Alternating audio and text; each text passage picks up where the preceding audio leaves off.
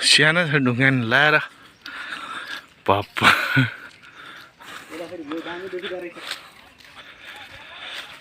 यताबाट होइन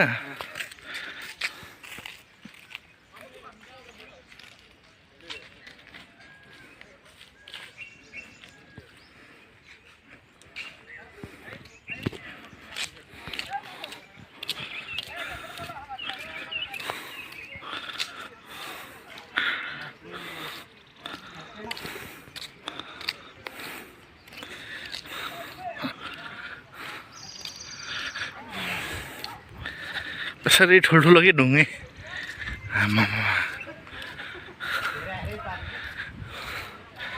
हेरे हेरै पारे नि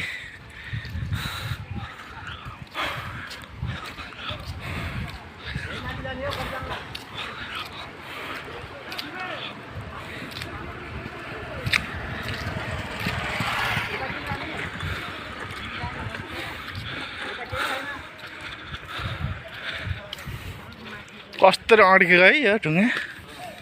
अलग्ग म चाहिँ नि इन्डियाको हैदराबाद भन्ने ठाउँमा पुरै ढुङ्गाको ठाउँ छ यस्तो पुरै होइन ढुङ्गा छ अब यस्तो ठाउँमा घुम्न आएको जीवनमा पहिलोचोटि 27 वर्षको उमेरमा यस्तो ठाउँ देख्दैछु है अब यो भित्र चाहिँ नि हेर्नुहोस् है साथीहरू म देख्छु बाँकी मान्छे के भन्ने होइन भित्र त के जाउँ होइन डर लागिसकेको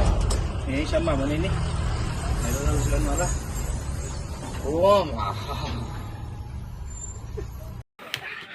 यहाँबाट भ्यू खिचौँ है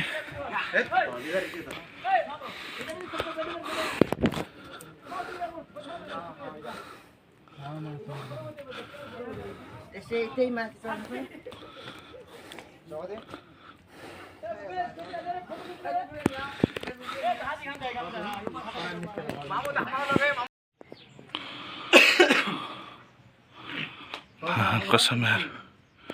लाइफमा पहिलोचोटि देख्दैछु यार हो के कसम लाइफमा पहिलोचोटि देख्दैछु यार यो ट्वाङभित्र ल आउनु न जाम गाइज हाम्रो ज्वाइँ चाहिँ नि भित्र छिरेको अवस्था म पनि छिरेँ एकदमै होइन यत्रो ठुलो पालभित्र चाहिँ नि छिर्दाको मजै छुट्टै बेग्लै आउँदो रहेछ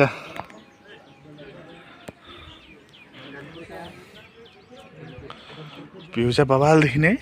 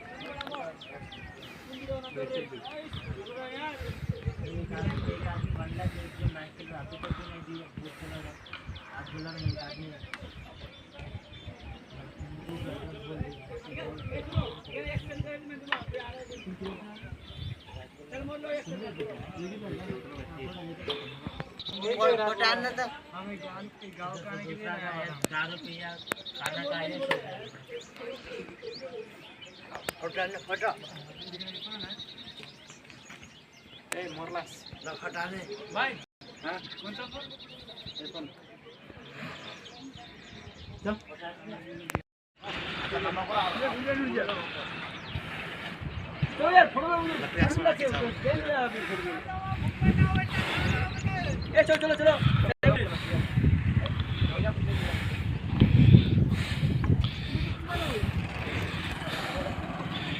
ना माथि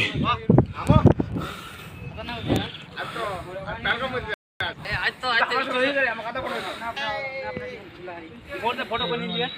फोटो कुमा त मामा हेडिङ पठाएर भने त होबे कुमा कोन देखा फोटो रुकना तो उदाहरण भ्यू कस्तो छ तिमोलिलो ए फोटो न मलाई फोटो लिया किन 14 सिम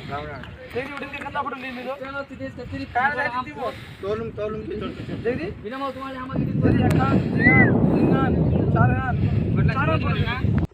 ओए भाई क्यों यस्तो एकदम झन गाह्रो 27 वर्षको उमेरमा गाइज पहिलो रेकर्ड हो मेरो यस्तो ठाउँमा आउने र ढुङ्गामा चढ्ने चाहिने अहिले होइन यस्तो गाह्रो भए बुढो मान्छे जस्तो झर्नु भयो कि सोली तपाईँ त हेलो सर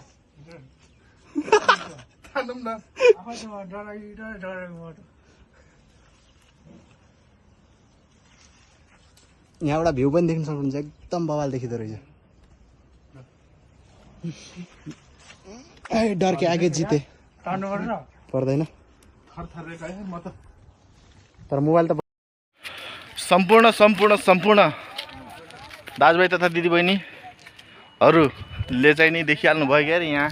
पृथ्वीबाट सिधै पृथ्वीबाट उल्का पिण्डहरू खसेको यो सबै उल्का पिण्डहरू हुन् यो सबै उल्का पिण्डहरू हुन् यो खसेका पृथ्वीमा झरेका आकाशबाट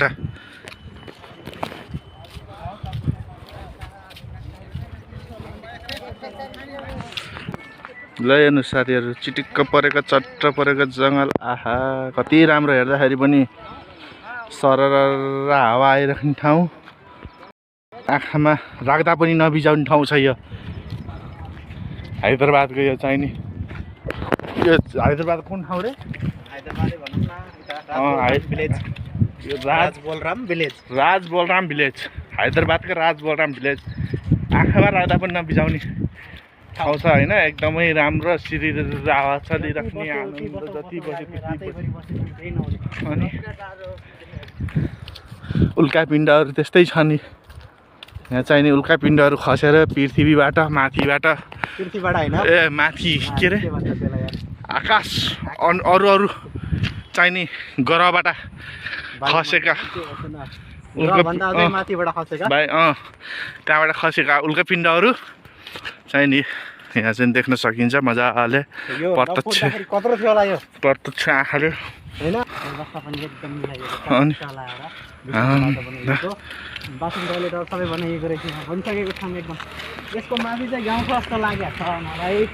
के कस्तो छ हेर्दै जाउँ होइन हिँड्दै जाउँ हेर्दै जाउँ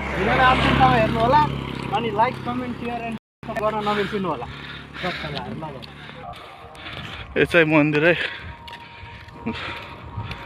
चाहिँ एकदम होइन ठुलो मन्दिर रहेछ यहाँ चाहिँ भोबाल ढुङ्गामै बनेको मन्दिर रहेछ पुरै ढुङ्गालाई गोपेर बनाएको मन्दिर छ पुरो ठुल्ठुलो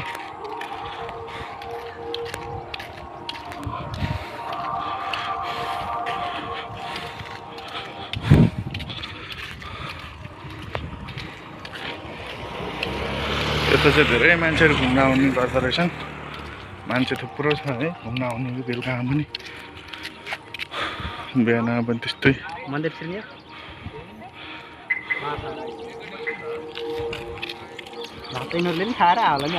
यस्तो मजाको डाँडा काँडा हरियाली ठाउँ यस्तो मजाको सुन्दर जग्गा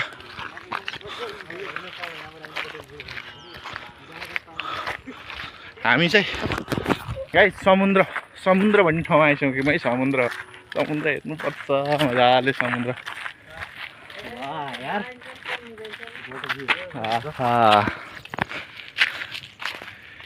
यहीँबाट लान्छ क्या सिमेन्टी सोल्टी यार समुद्र समुद्र गाई समुद्र एक समुद्र हो यो सात समुद्र जान अलिक टाढो छ त्यहाँ पार्क रहेछ कि टक्क घुम्ने ठाउँ हेर्ने ठाउँ यताउति भ्यू एकदम राम्रो आउने क्या मजाको यत्रो ढुङ्गा भइसकेको रहेछ यहाँको है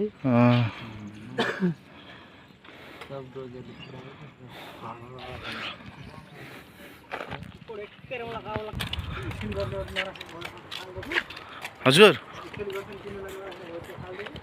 हो त्यही हो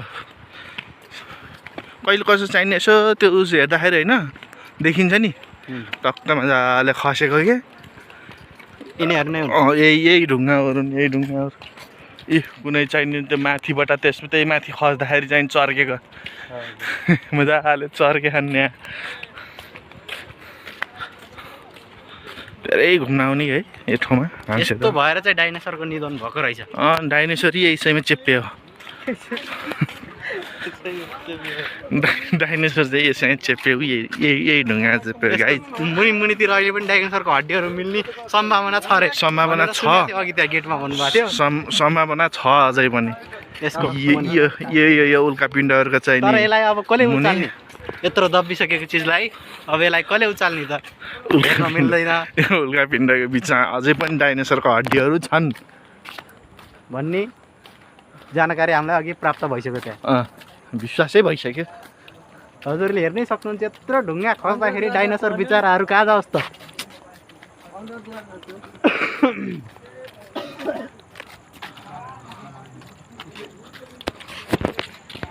सम्पूर्ण सबैजनाले हेर्नुलाई यहाँ चाहिँ डाइनोसरको चाहिँ हड्डीहरू छन् यो मुनि यत्रो ठुल्ठुलो चाहिँ उल्का पिण्डहरू खसेर चाहिँ डाइनोसर यहीँ यो चेपेको हेर्नुहोस् लाखौँ वर्ष पहिला चाहिँ नि यही ठाउँमा चाहिँ डाइनोसरहरू चेपेर बसेर मरेको थिए यहाँ चाहिँ नि सबै हड्डीहरू यहाँ भेट्न सकिन्छ हेर्न सकिन्छ तर अहिले चाहिँ कारणले गर्दाखेरि अहिले हामी जीवित भएर बसिरहेको छौँ अहिले चाहिँ हामी चाहिँ होइन त्यो भित्र जान सकेनौँ किनकि डरको कारणले गर्दा यो मुनि चाहिँ डाइनोसरकै छ हड्डी डाइनोसरै चेप्यो यो ठाउँमा चाहिँ यिनीहरूका पिण्डहरू नखसेको भए अहिले डाइनोसरको निधन पनि हुन्थेन हाम्रो के हुन्छ त्यसलाई जीवित पनि हुन्थेन हाम्रो त्यो उपकार पनि केही हुन्थेन अहिले डाइनोसरकै रात चलिरहेको हुन्छ पृथ्वीमा खसेर सबैको निधन भए यसरी निधन भएको थियो है ल यो सबभन्दा ठुलो यत्रो आएर ठोक्यो भने त सकिगयो यो उल्का पिण्ड भनेको यत्रो ठुला ढुङ्गा सानो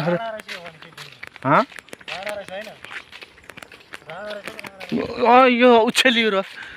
यो उछेली भएरै चाहिने यो चाहिने मुदा माथि अटाउन नसकेर यहाँ तल पृथ्वीमा खस्यो यो उछेली के हो लेखेको